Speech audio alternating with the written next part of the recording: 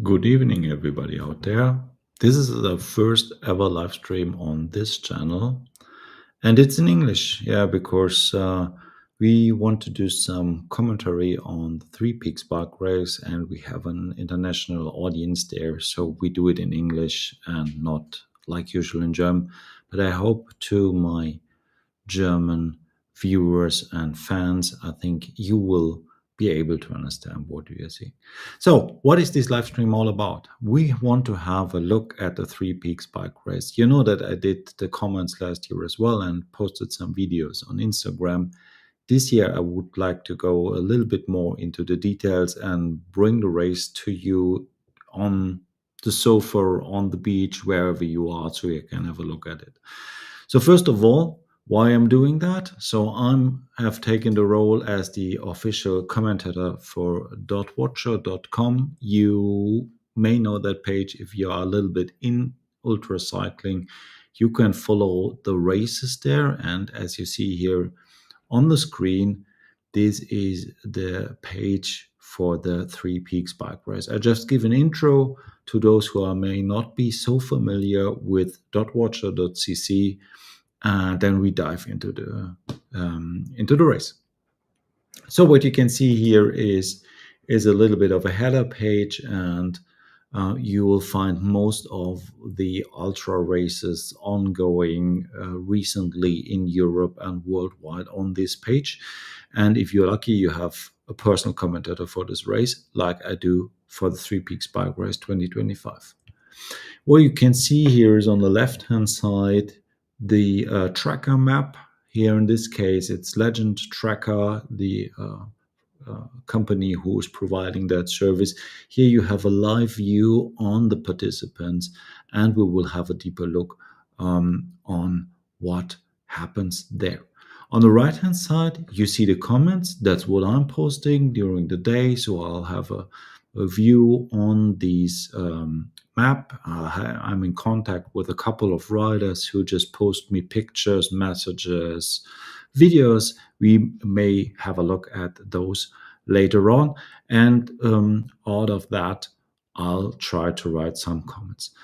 But since a lot of things are ongoing, some things are easier to explain verbally. So we will have that live stream here on a regular cadence. Let's see, I try to do it daily if time allows. And hopefully that will help you following the race better. So, next thing, what we would like to do is we'll deep dive a bit in the tracker map. So I switched the view. Let's try this one here. And this is the same Legend tracker map, but just focused a little bit into it, zoomed a little bit into it is the correct word. So first, to those who may not be familiar with such a dot watcher, and that's what we're doing, we are watching the dots here. So this is the map that will be, well, the focus for the next 10 days as long as the race starts. I'll zoom out completely so that you can see where we are. Here, this is the starting point, Vienna, of that race. I have reported that already. So the starting line was at Schönbrunn Palace. Here is peak number 1, Monte Sokolan. Hope I pronounced correctly, maybe not. The second peak is up here in Germany, the Feldberg, or the Bällchen called. And then we are going down here to the third peak, and finally the riders have to move their way to the finish parcours here through the French Alps to Nice. So the start and the race is the same like it is was last year from Vienna to Nice. So the speciality that we have here is that only very few parts of the route are pre-planned, I would say. So it's just the starting parcours, it's the finish parcours, and these short parcours around the peaks. The rest of the route the riders have to plan themselves. And there are multiple options where to go and on which roads they choose. So we will see, will be interesting. But for now, let's zoom a little bit in what happened today. It's day number 1 of the race. The race is now approximately 10 hours old. And yeah, we can see what's going on. So what you see here is the start parcours. The blue line here on the map, that's the start parcours. It goes from Vienna, approximately 137 km to Mariazell. Mariazell is here. So you see there are just 2 riders who have not completed yet the start parcours. That is this one here, Stefan. So you can click the dot, you see this small window opening up, gives you some indication, some information. So Stefan Trinkner, he's moving, you may remember one of my comments. So he had left the route. So maybe something has happened to him. I do not know. And the other rider is Jörg Reimer, who also has not yet completely closed the parcours. But well, he has a lot of time, or both have a lot of time, and some starts are not so good, but this may evolve better over time. So, and here you see all the dots of the riders lining up on a quite similar route. So here you see from Mariazell onwards, each rider can choose his own or her own route. Give me a second, I'll just check. Okay, this is all good.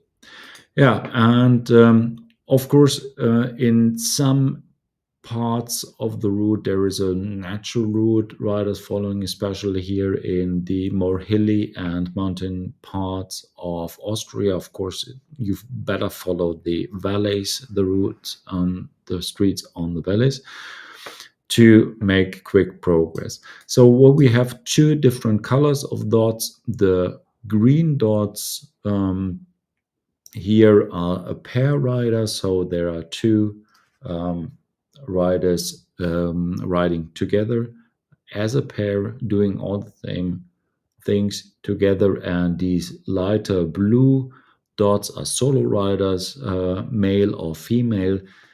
That is the same category.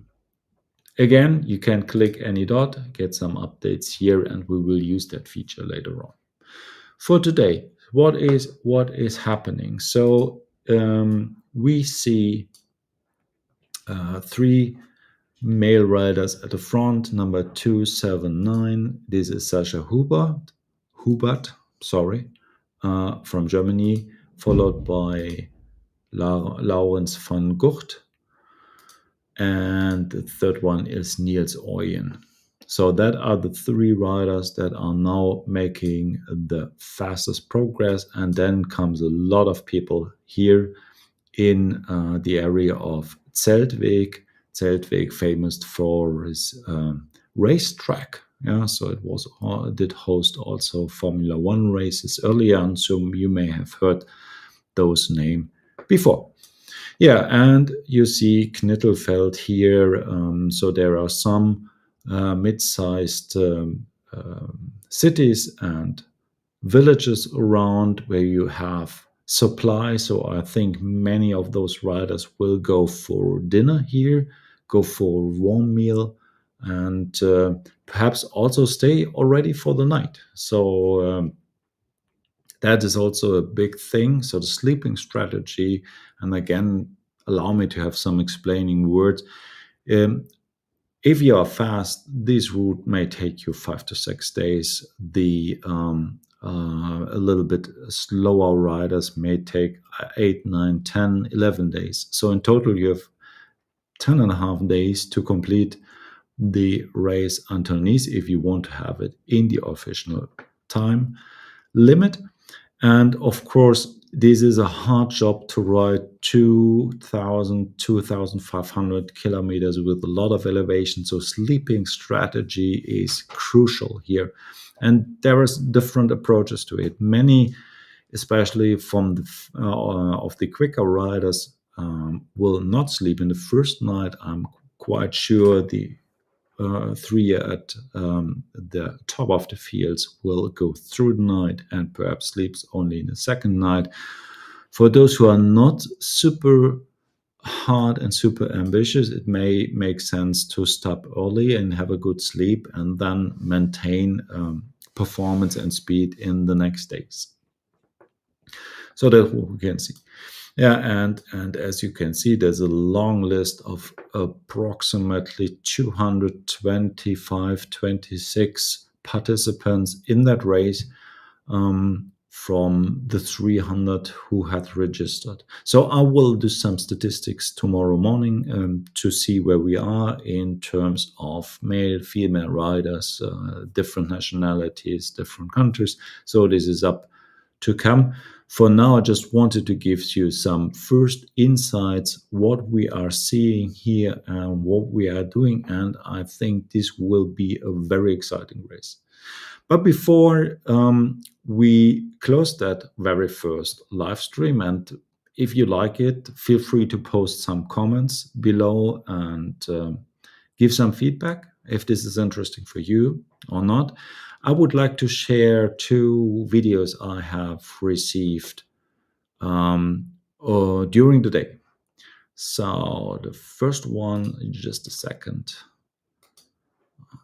I would like to share is this one here. That's a video I got from Michael, the organizer of the race, who am I also in contact with. This is from the start line this morning in Vienna, and you can see the weather is beautiful.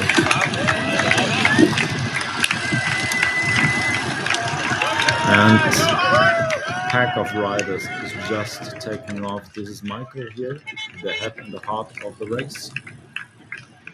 And what you have seen there was one of the starting waves. So we have seen six or seven start waves with a distance of 10 minutes in between to spread the field a little bit and to avoid too much grouping within Vienna. So the start was perfect. I think it was a great cycling weather with some 26, 28 degrees, and you see blue sky, few clouds. But later on the day, I get a video footage from Steve, cab number 299, where the weather had changed. And I would love to share that with you as well. And later the day, it looks like Petite pause obligatoire, vu l'orage, un peu pénible, mais bon, vaut mieux arrêter et attendre un peu, trop dangereux, c'est pour être mouillé. Il y en a un qui était motivé, qui a continué, mais bon, c'est pas évident. Alors, pensez par chance que vous allez avoir un distributeur rempli, mais il n'y a plus grand-chose. Bon, allez.